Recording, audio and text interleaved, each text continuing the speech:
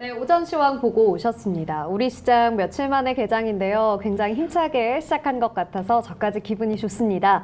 오늘 우리 시장 이야기 조금 더 자세하게 나눠볼 전문가님, 대표님 모셨습니다. 이광무 대표님 안녕하세요. 네, 안녕하세요. 네, 반갑습니다. 반갑습니다. 추석 연휴 잘 보내셨나요? 네, 아주 배부르시는 것 같아요. 네. 이 추석하면 괜히 살찌는 기간인 것 같은데 네. 어떻게 좀 많이 맛있는 거 많이 드시고 살이 좀 쪄오셨는지 궁금합니다. 네, 부족하게 저는 채우고 왔고요. 네. 일단 이제 계좌 채울 때가 이제 왔다라고 생각이 들 정도로 네. 우리 휴일 동안에 사실 주변 증시에 대한 움직임들이 상당히 괜찮았습니다. 네, 네. 그래서 이제 오늘 출발에도 상당히 좀 긍정적이었고 지금도 장 분위기가 상당히 좋은 것 같습니다. 네, 추석 연휴 이야기 들으면서 제가 좀 이렇게 천천히 이어가려고 했는데 벌써 계좌 얘기부터 하시는 거 보니까 네. 막 오늘 대표님 하고 싶은 이야기가 많으신 것 같습니다. 네, 오늘 우리가 좀 상승하면서 출발을 했습니다. 코스피 드디어 2,400선을 탈환했어요. 네, 네. 그리고 코스닥 아직 800선까지 올라오지는 못했지만 그래도 좋은 흐름 보여주고 있는 것 같은데요. 우리 시장 오늘 좀 계속해서 상승할 수 있을까요? 일단 장 후반대까지는 이 분위기를 이어가지 않을까 네. 생각을 하고 있습니다. 지난주 금요일과 월요일 미증시에 대한 모습들이 상당히 좋았기 때문에 네. 우리 증시가 이틀 동안에 쉬었던 그 자리를 좀 바로 회복을 했고요. 네. 그리고 이제 증시의 위치로 봤을 때 우리가 이제 이 지난 8월 말에 있었던 21선 와닿았던 위치가요. 네. 지금 다시 한번 오랜만에 근접하게 움직임이 나왔다라는 거. 제 차트 화면에서는 노란색 이동평균선이 20일 이동평균선 위치인데요. 일단 지난 연말 이후에 다시 한번 좀 상당히 오랜만에 반등세 모습 확인하고 있고요. 코스닥 같은 경우에는 거의 맞닿았다고 왔다고 보일 정도입니다. 그래서 앞으로 이제 지금 다시 한번 재차 올라왔을 때 기술적으로 차트적으로 이 위치를 회복을 하는지 코스닥은 800선 넘는 것을 좀 보셔야 될 것 같고요. 네. 코스피 같은 경우에는 2400선 안착한다면은 2450포인트에 대한 부분들은 사실 어려운 선은 아니라고 보여집니다. 일단 오늘 밤에 CPI 발표가 있는데 이 네. 부분부터 잘 지나간다면은 충분히 시장에서 낙폭과대 저가 매수세 부분들이 조금 더 이어가지 않을까 긍정적으로 예상을 하고 있습니다. 네, 맞습니다. 지금 코스피, 코스닥 모두 조금 흐름을 좋게 받고 상승하고 있는 것 같은데요. 지금 보니까 달러가 그래도 조금은 내려온 것 같습니다. 오늘 뭐 1380선까지 올라갔었던 우리 달러가 지금 현재는 1374선 지나가고 있는데요. 네. 저희가 좀 쉬어가는 동안 달러가 조금 소폭 진정된 모습을 보이는 것 같습니다. 네. 네. 일단은 달러 인덱스 자체가 지금 한 2주 기간 내에 가장 좀 낮은 저점 보여주고 있다라고 네. 하고 있고요. 그리고 지금 원 달러로 봤을 때도 최근 동안에 장중에는 꼭 반등하는 모습, 상승하는 네. 모습 보여줬는데 네. 아직까지는 조금 이르긴 하지만은 오전 시간 동안에는 그래도 시초가부터 해서 조정받고 현재도 좀 조정 분위기 속에 있습니다. 네, 지금 달러 인덱스가 뭐 108포인트 네. 정도인 것 같은데요. 110까지 올라가기도 했었던 달러 인덱스도 조금 내려왔고, 환율도 조금 내려왔고, 또 연휴 사이 뭐 유로화나 위안화의 강세들도 좀 흐름이 보이는 것 같습니다. 네, 그러면 본격적으로 우리 시장 이야기를 좀 해봐야겠습니다. 오늘 함께 이야기해볼 이슈 브리프 시간으로 넘어가 보도록 하겠습니다. 먼저 이야기해볼 첫 번째 이슈 키워드가요. CPI 발표 예상대로 물가 정점 될까입니다. 지금 대표님이 또 CPI 이야기를 해주시기도 했는데요. 네. 미국의 1년, 3년, 5년 기대 인플레이션이 기존보다 모두 하락했습니다. 그러면서 이 고용 시장이 좀 견고해지고 있다, 견고하게 가고 있다 하면서 1년 기대 임금 상승을 3%를 유지했어요. 실직 확률도 0.7% 정도 낮아졌다고 합니다. 달러도 좀 약세로 돌아섰고요. 네. 아무래도 이 연준의 금리 인상 정책이 이제 조금 효과를 보고 있는 것이 아닌가라는 생각이 드는데요. 어떻게 보시나요, 대표님? 일단은 고용 지표에 대한 변동이나 뭐 실업수당 청구 건수가 네. 사실 시장에 대한 그 좀 불안한 부분들을 좀 만들어내고 있지는 않습니다. 네네. 그러니까 상당히 안정적인 실업률과 상당히 안정적인 고용이 좀 진행되고 있는데 네.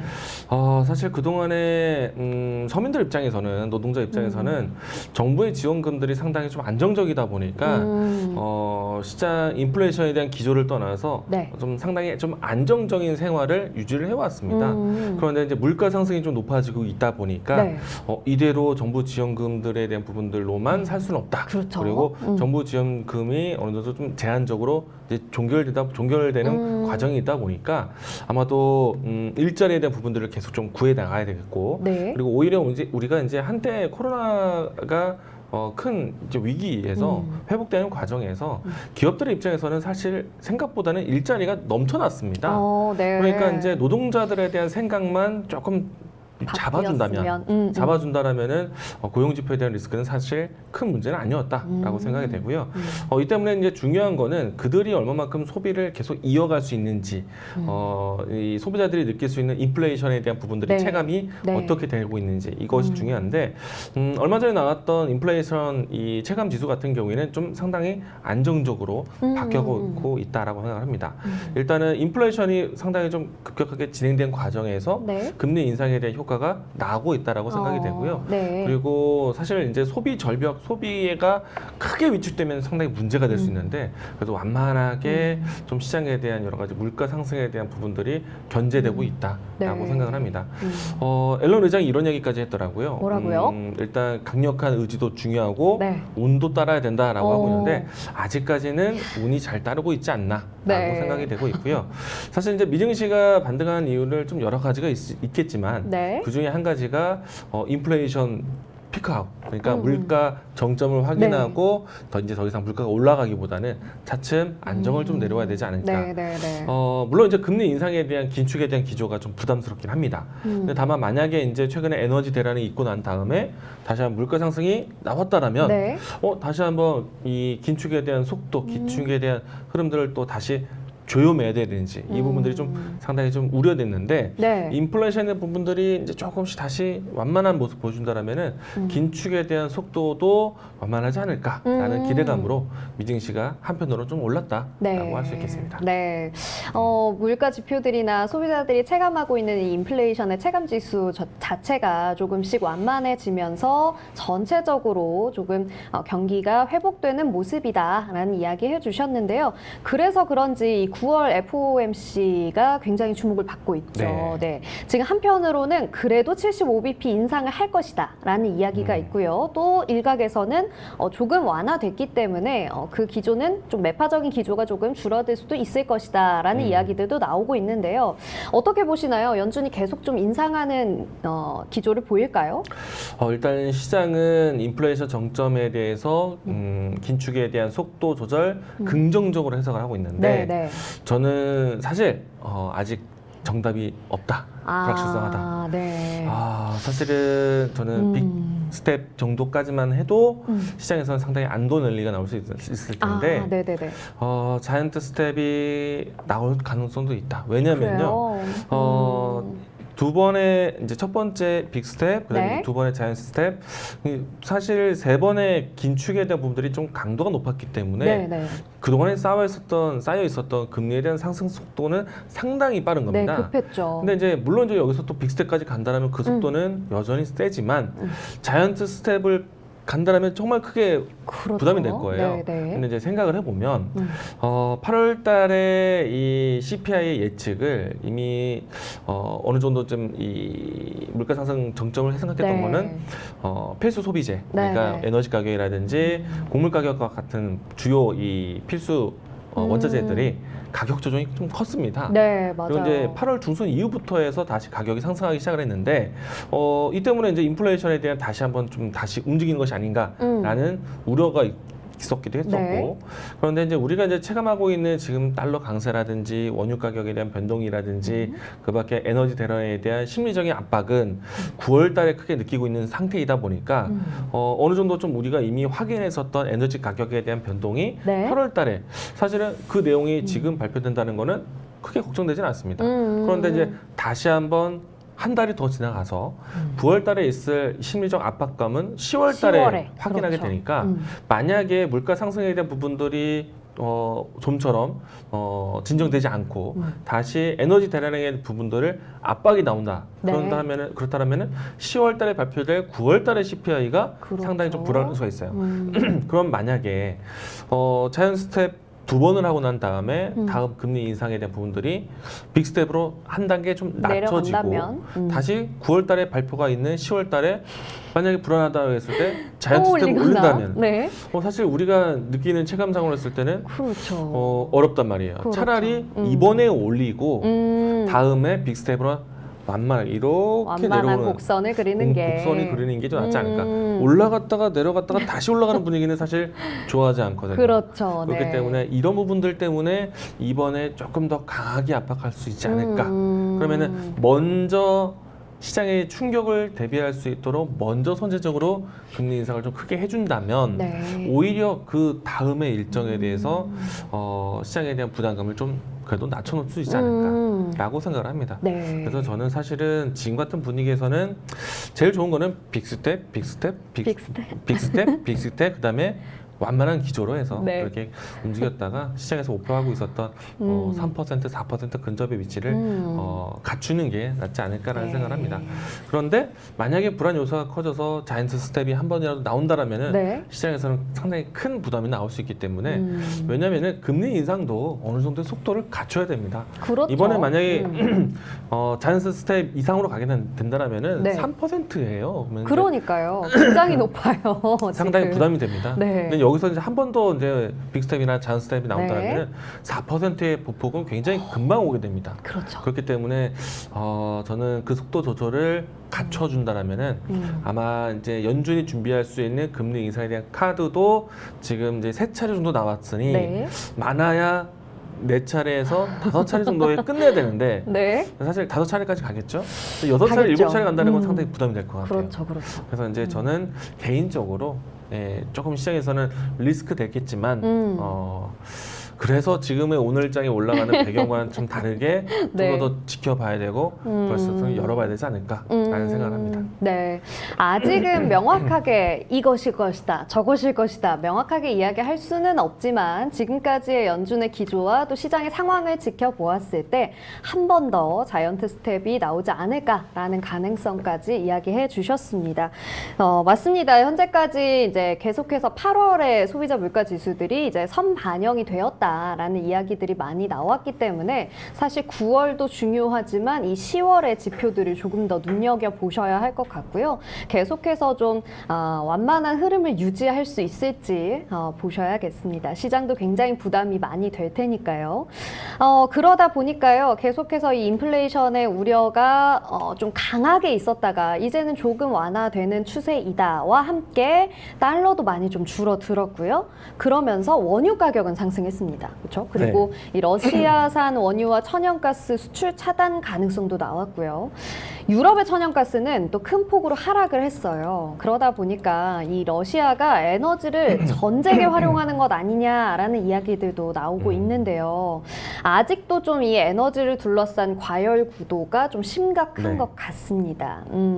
앞으로 유럽의 에너지 대란 조금 완화되는 추세일까요? 아니면 계속해서 이렇게 강해질까요? 일단은 전쟁이 종결이 나거나 휴전이 네. 되거나 어떤 이제 명확한 절차가 넘어가야 되는데 네. 아직까지는 전쟁의 장기화 과정이라고 생각을 하고 있고요.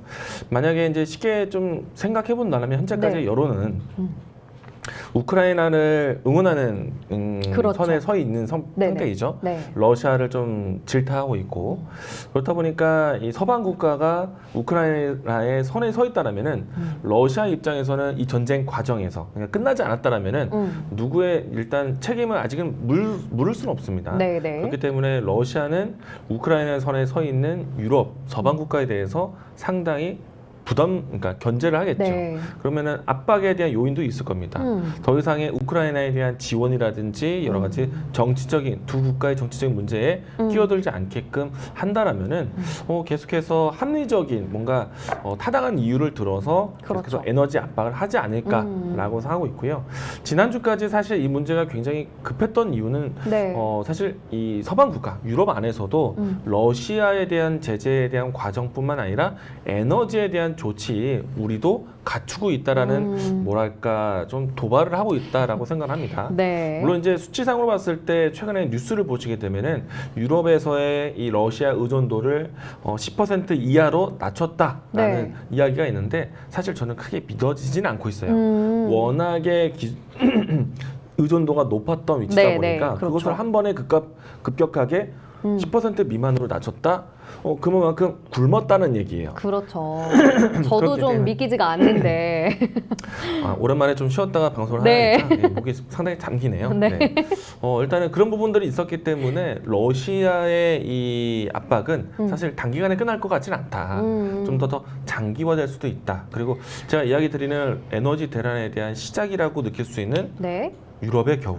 아직 오지 그렇죠. 않았거든요. 그러니까요. 적어도 아직 조금 한두 더 달? 두세 달 더 있어야 될 것 같아요. 조금 더 쌀쌀한 10월은 돼야 근데 정확하게 우리가 예상하는 거는 11월 달부터 해서 내년 그렇죠. 2월 달까지 유럽의 겨울을 예상하고 있는데 아직도 그 시기가 오지 않았기 때문에 그러니까요. 유럽이 직면하게 되는 에너지 대란 얼마만큼 심각할지는 아직은 모르겠습니다. 그러네요. 난방에 대한 비용뿐만 아니라 산업적으로 했을 때 기업이 써야 되는 여러 가지 전력 소비가 있기 때문에 상당히 그 부분들이 좀 앞으로 둔화된다. 그러면은 유럽의 경기 회복에 둔화 시그널로 잡아올 수 있기 때문에 지금은 유럽도 상당히 위기입니다. 경기 침체에 대한 국면으로 가는지 아니면은 이게 원만하게 해결돼서 에너지에 대한 조달을 러시아의 도움을 네. 다시 받느냐, 러시아 몰래 혹은 러시아를 대체해서 다른 조달할 수 있느냐, 나라들. 네. 조달할 수 있느냐 이 부분들이 상당히 수 좀 있을까요? 중요할 것 같고요. 상당히 좀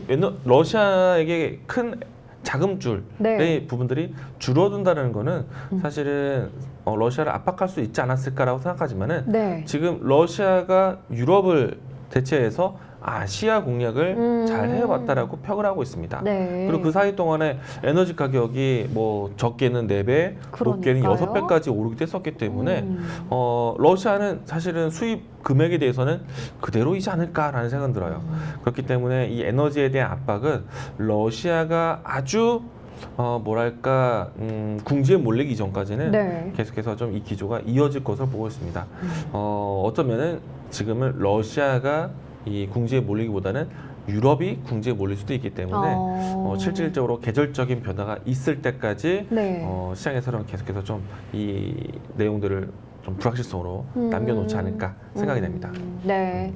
결국에는 이 유럽의 진짜 겨울이 오는 그 시즌까지는 우리가 봐야 한다라는 이야기를 해주셨는데요. 생각해보면 저도 이제 가을이 지나가고 초겨울쯤부터 뭐 난방도 하고 여러 가지 네. 좀 하게 되는 것 같은데 그때가 한 11월쯤인 것 같아요. 유럽도 결국에는 진짜 이 추운 겨울이 오는 시즌이 되어봐야 알 수 있을 것이다. 그 전까지는 계속해서 불확실성이 좀 존재할 것이다 라는 이야기 해주셨는데요. 결국 러시아가 먼저 급해지느냐 유럽이 먼저 급해지느냐의 싸움인 것 같은데 누가 더 오래 버틸 수 있을지 궁금합니다. 그렇지만 그래도 계속해서 좀 전반적인 글로벌 경제가 세계 경제가 전체적으로 조금 완화되고 있고 경기 침체가 완화되고 있고 좀 활기를 띠는 모습인 것 같은데요. 네. 유럽의 에너지 대란도 그렇지만 결국 이러한 것들이 우리 시장에 미칠 영향들도 우리는 체크를 해봐야 하잖아요. 네. 이런 상황에서 우리 개인 투자자분들 오늘 조금 올랐다고 살짝 기분이 좋으실 수도 있을 것 같은데 네. 우리 시장의 개인 투자자분들은 어떤 방향을 가지고 또 어떻게 대응을 해 나가시는 게 가장 좀 현명할 수 있을까요? 네, 일단은 제가 조금은 걱정스럽게 이야기를 건네기도 했지만은 네. 오늘은 상승장의 분위기입니다. 네. 다만 너무 취하지 말자. 명절 이후에 너무 취하지 말자라는 생각으로 반성합니다. 네. 이야기를 드린 것인데 제 이야기 또한 아직 확정된 것은 아닙니다. 네. 저는 사실은 너무 뜨지 말자. 그래서 좀 어느 너무 정도 좀 좋아하거든요. 준비를 하자라는 생각이고요. 네. 다만 이제 이 나스닥 지수 차트를 좀 보시게 되면 네. 우리가 쉬는 기간 동안에 연속적인 상승세가 나와서 지금 데이터만 본다라면은 4거래 연속 이 상승 분위기 양봉의 모습들이 연출되고 있고요. 네. 그리고 앞에서 코스피의 이야기를 들었을 때 이야기 드렸던 것처럼 20일 이동평균선에 맞닿은 위치까지 나스닥 지수 상승은 상당히 견고하게 올라왔습니다. 그리고 지난주 주 후반과 이번 주 주 출발에 대한 모습들이 상당히 가벼워 보이는데 네. 주봉을 통해서 보시게 되면은 지난주 우여곡절은 있었지만은 강한 양봉의 반등을 보여줬습니다. 그럼 이번 주 출발도 상당히 의미 있게 20주 이평선을 올라선 상태이고요. 네. 때문에 지난 이제 연중 저점을 확인하고 나서 N자형에 대한 흐름들 차트적으로 조금 심리적으로 회복되고 있다라고 보여도 과언이 아니다라고 생각이 되고요. 여기에 이제 이 시장에서 올라왔던 주체적인 모습들을 종목들을 보시게 되면은 조금은 경기 위축에 대한 부분들이 이제 조금 다시 회복이 되면서 일단 계속해서 좀 안정성의 부분들을 따라가기보다는 네. 위험 자산에 대한 회복이 상당히 좋았습니다. 뭐 리오프닝 관련된 종목들의 움직임도 괜찮았고요. 일단 에너지 관련된 종목들, 특히나 IT 관련된 종목들의 움직임들이 상당히 좋았었기 때문에 네. 저는 만약에 여기서 조금 더 힘을 실어준다라면은 경기 부양 정책이 함께 더 연속적으로 나온다라면은 지수의 힘은 상당히 좋을 수도 있다. 네. 차트적으로 괜찮다. 이 부분은 상당히 중요할 것 같고요. 왜냐면은 나스닥이 우리 휴일 동안 움직였을 때 네. 어떤 특별한 변수가 있지 않았습니다. 그냥 그대로인 시장 환경이었고 네. 다만 주말 사이에 이 뉴스가 좀 도움이 되긴 했어요. 우크라이나에 대한 승전에 대한 소식들이 좀 있다 보니까 네. 러시아에 대한 여러 가지 뭐랄까 땅 먹기에 대한 시선이 결국은 경제에 대한 러시아 고립으로 갈 수 있는 과정이냐 아니면 그러게요. 러시아의 압박을 계속해서 받는 입장인가 이 부분들을 좀 줄다리기를 같이 해주다 보니까 네. 우크라이나에 대한 승전보 소식이 상당히 증시에도 힘이 되기도 했습니다. 자 일단은 뭐 나스닥에 대한 시장 흐름이었고요. 네. 코스피 시장까지 본다라면은 마찬가지로 지수의 흐름들이 좀 회복이 상당히 빨랐고 네. 상대적으로 최근에 우리 시장 같은 경우에는 연속적인 음봉 시장에서 그러니까 그러니까요. 오전 장보다 오후장이 좀 힘든 시장 그리고 장중 분위기가 내내 밀리는 시장 분위기 경험하다 보니까 오늘과 같은 반등세 사실 상당히 반갑거든요. 그렇다 보니까 지수의 움직임에 대해서 그동안에 많이 빠졌던 종목들 낙폭가대에 인식되었던 종목들 특히나 IT 섹터의 시장 흐름들이 좋았다라는 것. 네. 근데 이제 여기서 동반해서 움직이는 것들이 바이오 종목들도 있는데 네. 저는 바이오 종목들이 아주 활개치는 거는 저는 아주 좋은 시장은 아니라고 봐요. 오히려 네. 경기 민감 섹터들이 움직일 수 있는 시장이 좋다. 그래서 반도체, IT와 같은 성장주와 그리고 조선 그리고 화학 이와 같은 섹터들의 움직임들이 좀 더 나와준다면 네. 근데 이제 그런 부분들이 지금 현재 오전장부터 현재 시간까지 이어지고 있기 때문에 네. 저는 오늘 시장은 상당히 건강하다.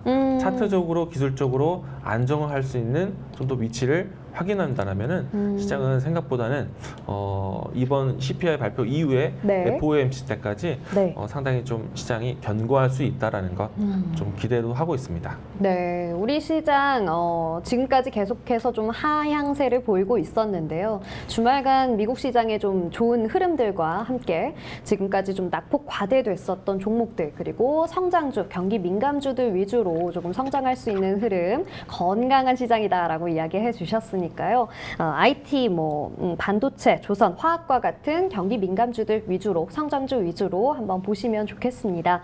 네, 우리 시장 계속해서 좀 오후까지 잘 갈 수 있었으면 좋겠고요. 이어서 조금 또 다른 이야기 한번 해보도록 하겠습니다. 주말 사이에 또 굉장히 화제가 됐던 내용이죠. 아이폰 14 사전 예약 호조라는 두 번째 이슈 키워드로 넘어가 보도록 하겠습니다. 애플이 아이폰 14 시리즈를 발표했습니다. 사전 예약을 시작했는데요. 아이폰 14, 아이폰 14 프로, 아이폰 14 프로 맥스 모델을 발표했습니다. 기존의 아이폰 시리즈와 금액은 동일하게 출시가 됐다고 합니다. 환율 상승 때문에 조금 가장 저렴한 모델이 한화로 125만 원으로 책정이 됐다고 하는데요. 기존과 동일하게 출시가 됐다고 해요. 그럼에도 불구하고 지금 중국에서는 프로 모델 예약 판매 1차 물량이 무려 10분 만에 마감이 됐다고 하죠. 실적이 기대되는 만큼 또 주가도 큰 폭으로 상승을 했습니다. 3.85% 상승을 했는데요. 아이폰 14 시리즈의 호재가 애플로서는 굉장히 반갑겠어요. 일단은 이제 여러 가지 측면이 있습니다. 비싸다라는 평이 상당히 많아요. 인터넷 포털 사이트에. 네. 저는 근데 비싸다라고 생각되지는 않습니다. 왜냐하면은 그동안에 이제 물가 상승에 대한 부분들을 좀 예상해 본다면 네. 스마트 기기에 대한 비용도 비용도 상당히 높아질 텐데라는 생각을 당연히 갖출 수밖에 없겠고 네. 그리고 기능적으로 봤을 때 가장 비싼 부품은 무엇일까? 라고 생각을 해보면 카메라 모듈이라든지 그렇죠. 그리고 이 안에 들어가는 이 CPU라든지 네. 그리고 가장 중요한 건 데이터를 확보하는 예를 들어서 메모리의 기능이거든요. 네. 물론 이제 배터리도 상당히 중요합니다만 그렇죠. 큰 변화는 없는 것 같아요.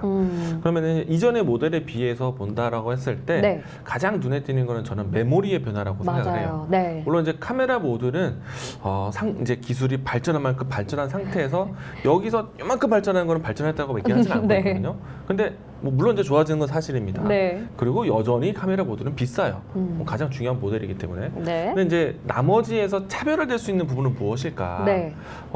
지금 전체 모델 안에서 가장 네. 비싼 부품을 찾는 것이 아니라 네. 이전과 좀 달라졌을 때 가장 가격적으로 변화될 게 무엇인가라고 생각해 보면은 저는 메모리지 않나라고 생각하고 있거든요. 네. 우리가 이제 이전 시리즈 같은 경우에는 500메가 정도입니다. 네네. 512메가 있죠. 네네네. 근데 이번에는 테라예요. 500메가 맞나요? 용량이 얼마나? 엄청 늘어났네요. 500기가죠. 500기가. 네. 죄송합니다. 500기가. 네, 저도 깜짝 놀랐네요. 500기가 수준에서 500기가. 이제 네네. 1테라 모델까지 나온 겁니다. 그러면은 사실 이 부분들이 가장 큰 결정적인 가격 차의 이야기가 그렇죠. 되지 않을까라고 네네. 생각이 되는데 그런 쪽으로 본다면 애플은 인플레이션인데도 과정에도 불구하고 네. 가격에 대한 인상이 생각보다 제 개인적인 생각보다는 네네네. 크지 않았다라면 일부의 부속품에 네. 조금은 단가를 낮추는 그런 부속품들이 조달되지 않았을까? 그러면은 박스컨에 대한 이 위치뿐만 아니라 네. 중앙권에 있는 부품들이 조금 더 유입되지 않았을까라는 네네. 생각을 갖고 있는 거죠. 네. 네. 근데 이거는 사실 명확한 건 아닙니다. 아직까지는 그렇죠. 제 네네. 생각입니다. 제 생각. 그렇기 때문에 일단은 아이폰에 대한 비싸다는 생각보다는 확실히 네. 사전 예약에서 얼마나 잘 팔렸는지가 가장 중요한 포인트다. 비싸다고 맞아요. 해서 만약에 구매율이 떨어졌다면 이거는 당연히 문제가 되겠죠. 그렇죠. 그런데 그럼에도 불구하고 가격 인상에 대한 부분보다는 사전 예약이 상당히 흥행을 이뤘다는 거. 굉장했습니다. 네. 사실 시장에서 예측을 많이 했습니다. 여러 가지 소비 유축에 대한 부분들, 인플레이션인데, 그러면은 이 스마트폰 구매자들이 한번 뭐 바로 구매를 할 것인가, 아니면 조금 더 시간을 두고 구매를 할 것인가, 이 부분들이 중요했는데 그럼에도 불구하고 사전 예약에 대한 흥행이 네. 높았다라는 것. 거의 사실은 이거는 폭발적이었어요. 그렇죠. 네. 갤럭시 원팩 행사를 했을 때 네. 한 달 전에 갤럭시 시리즈 소개되었을 때도 제가 이런 얘기를 했습니다. 인플레이션에도 불구하고 갤럭시 잘 팔릴 것이다. 네네. 오랜만에 나왔기 때문에. 그렇죠. 그리고 애플도 잘 될 것이다. 애플이 좋으냐 갤럭시가 좋으냐? 아니다. 둘 다 좋다. 둘 다 좋다. 라고 얘기를 했는데 실질적으로 일단 애플의 사전 예약 데이터까지 확인했을 때 두 네. 스마트폰이 모두 다 좋다. 좋죠. 네, 잘 팔릴 것 같습니다. 네. 그래서 이제 예상적으로 1차 밴더에 팔릴 이 수량이 네. 상당히 좀 낮춰서 팔지 않았을까 생각했는데 9천만 대 정도 이 판매를 예상을 하고 와. 1차 밴더 이 생산을 할 것 같습니다. 네. 근데 이제 2차 밴더에 얼마만큼 할지는 좀 예상은 되진 않아요. 일단 잘 팔릴 것 같아요. 초반 흥행이 잘 될 것 같고. 네네. 근데 다만 이제 시장에서는 어떻게 보면 우리나라 내부에서 나오는 뉴스는요. 네. 삼성을 보고 나오는 기사기 때문에 네. 모르죠. 삼성하고 친한 뉴스가 나오는지. 그런데 이 예전만큼은 아니다라는 평도 있습니다. 물론 네. 이제 아이폰 이 14 맥스 시리즈가 월등히 많이 팔렸고요. 네. 나머지 모델은 좀 예전보다 오히려 떨어질 수도 있다는 얘기도 있는데 우선은 아이폰 맥스에 대한 출시가 네. 우선은 이제 기존에 있었던 일반 모델이 16일인가요? 16일인가에 나오고 네. 그리고 맥스는 다음 달 7일인가에 나옵니다. 네. 뭐 정확한 날짜는 저도 조금 네. 외우고 있지는 않는데 네. 일단은 보름 이상의 텀이 있다라는 거죠. 그러면은 그 기간 동안에 맥스에 대한 수요자가 많이 확보된 상태에서 네. 먼저 나온 스마트폰에 대한 수요가 실질적으로 구매가 바로 되는 것이기 때문에 네. 그 부분들이 좀 더 먼저 잘 팔리지 않을까. 뭐 대기를 오래 해야 되는 맥스보다는 사전 예약에 의미를 두지 않고 네. 먼저 팔리지 않을까라는 생각을 하고 있습니다. 그렇기 때문에 아이폰에 대한 흥행 저는 사실 상당히 클 것 같다. 그리고 이제 우리나라 시장에서도 애플페이에 대한 도입을 그러니까요. 먼저 하고 난 다음에 네. 그러니까 예고를 하고 난 네네. 다음에 아이폰에 대한 출시이기 때문에 아이폰 유저들 사실은 갤럭시로 넘어갈까에 대한 고민을 조금 더 거두는 구매자들도 있을 거라고 생각합니다. 네. 그래서 저는 왜냐하면 애플페이가 삼성페이만큼 편의성뿐만 아니라 컨텐츠에 대한 사용에 대한 부분들이 늘어날 수 있기 때문에 사실은 구매자에게는 상당히 좋은 호재다라고 생각이 되거든요. 네. 그렇기 때문에 아이폰에 대한 흥행 좀 있을 것이다. 그러면은 관련된 종목들에 대한 움직임들도 기대가 되지 않을까 네. 생각이 됩니다. 네. 저는 사실 이 갤럭시 휴대폰 사용자인데 이번에 아이폰 14 출시된 걸 보고서 조금 마음이 막 괜히 괜찮은데 하는 마음이 들더라고요. 이제 아이폰 14 프로와 프로맥스 모델에는 이 바이오 칩셋 A16 칩셋이 탑재가 됐다고 해요. 그리고 기본 모델인 아이폰 14 모델에는 기존과 동일한 A15 칩셋이 바이오닉 A15 칩셋이 탑재가 됐다고 하는데요. 말씀해 주신 것처럼 이 기능이나 성능적으로 조금 업그레이드가 많이 되었다라는 평을 받고 있기 때문에 그러한 부분에서 보자면 금액 자체가 그렇게 비싸진 않다라는 이야기까지 해주셨고요. 보니까 우리나라에서는 9월 7일에 출시가 되고요. 16일부터 사전 예약이 시작된다고 합니다. 우리나라의 또 판매량도 굉장히 기대가 되는데 얼마나 또 많은 분들이 관심을 가지고 계실지 좀 한번 지켜보면 좋겠습니다. 말씀해 주신 것처럼 사실 이 인플레이션이 정점에 다다랐다. 그리고 소비 심리가 굉장히 위축되었다라는 이야기 때문에 아이폰 출시가 지금은 좀 리스크가 있는 것 아니냐라는 이야기들도 많이 나왔는데요. 역시 애플은 애플인가 봅니다. 디자인과 성능이 많이 개선됐다고 해요. 저도 이제 궁금해서 굉장히 열심히 살펴봤었는데 이 펀치홀 부분으로 노치가 네. 사라지고 펀치홀 부분으로 되고 거기가 아일랜드 디자인 뭐 이렇게 됐다고 하더라고요. 네. 어떤 기능들이 좀 많이 개선이 됐는지 아시나요? 정확한 명칭은 저도 이제 잊고 있는데 네. 저도 주말에 이제 이 내용에 대해서 네. 봤습니다. 네. 일단 저도 이제 디자인이 이제 여러 가지 모션이 되는 것들을 봤는데 네. 사실 기존의 아쉬운 점을 좀 비교해 준다면은 이 디스플레이 패널에서 노치 부분이었거든요. 네. 그래서 아이폰을 두고 이런 얘기를 했습니다. M자 탈모. 예. 그러니까요. 여기만 이렇게. 예. M자 탈모. 삼성 같은 경우에 오히려 카메라 부분이 아예 안 보일 정도로 네, 맞아요. 노치가 없는 상태인데 이번에 이제 애플도 삼성 못지않게 사실 삼성만큼은 아닙니다. 삼성 못지않게 네, 많이 노치 작아졌어요. 부분을 많이 줄였다. 그래서 이제 펀치홀 디스플레이 이렇게 이야기를 하고 있거든요. 네. 삼성은 인피니티 오 디스플레이라고 합니다. 일단 이제 이 노치 부분이 많이 축소됐는데 네. 그뿐만 아니라 이 노치 부분을 사실 어떻게 보면 디자인적으로 활용을 했다는 거. 그래서 엄청 획기적이더라고요. 깜짝 상당히, 놀랐어요. 뭐 예를 들어서 아이폰을 사용했었던 이 구매자들 같은 경우에는 네. 상당히 뭔가 뭐랄까 자랑거리가 생긴 거죠. 그러니까요. 네, 그냥 뭔가 디자인적으로 왜냐면 아이폰 구매자들은 대부분 디자인. 그렇죠. 이뻐서 샀다라는 네. 말을 가장 크게 하거든요. 네. 근데 이제 직접 사용해 보시면은 사실은 어플에 대한 이 사용이 네. 굉장히 빠릅니다. 그래요? 네. 근데 이제 저한테 지금 아이폰 영업하시는 거예요? 저는 네. 아이폰을 사용하고 있는데 네. 네. 괜찮습니다. 빠릅니다. 네. 그래요? 네. 그래서 이제 그런 부분들이 괜찮은데 네. 일단은 뭐 전체적으로 이제 이 아이폰이 잘 팔린다면은 네. 아이폰 관련된 종목들이 다 좋을 것이기 그렇죠. 때문에 가장 특이점을 찾아가시는 게 필요할 것 같고 네네. 가장 중요한 거는요 이 아이폰 이제 나오는 시리즈가 네. 모두 OLED 패널입니다. 그래요? 그리고 펀치홀 디스플레이를 쓰다 보니까 오. 이 디스플레이 공급에 대해 조금 더 심혈을 기울였다라고 네. 생각이 되고요. 이렇다 보니까 우리나라 이 디스플레이 공급에 협력을 누가 할 것인가가 상당히 그러게요. 중요했거든요. 근데 이제 과거 같은 경우는 LG 디스플레이가 대부분 담당을 했었죠. 네네. 뭐 이번에도 못지않게 어느 일정한 시리즈에서는 LG 디스플레이가 전량 공급을 하는데 일부 모델에서는 삼성 디스플레이가 공급을 또 합니다. 네. 그래서 이번에는 삼성 디스플레이 관련돼서도 상당히 좀 관심 있게 보시면 좋을 것 같고 이 때문에 삼성 디스플레이의 역할 사실은 전체적인 디스플레이 업황 중에서 새로운 디스플레이에 대한 모델이 나왔을 때 시장이 반겼다라기보다는 네. 삼성 디스플레이가 과연 언제부터 투자를 크게 키울 것인가 이게 관심이었거든요.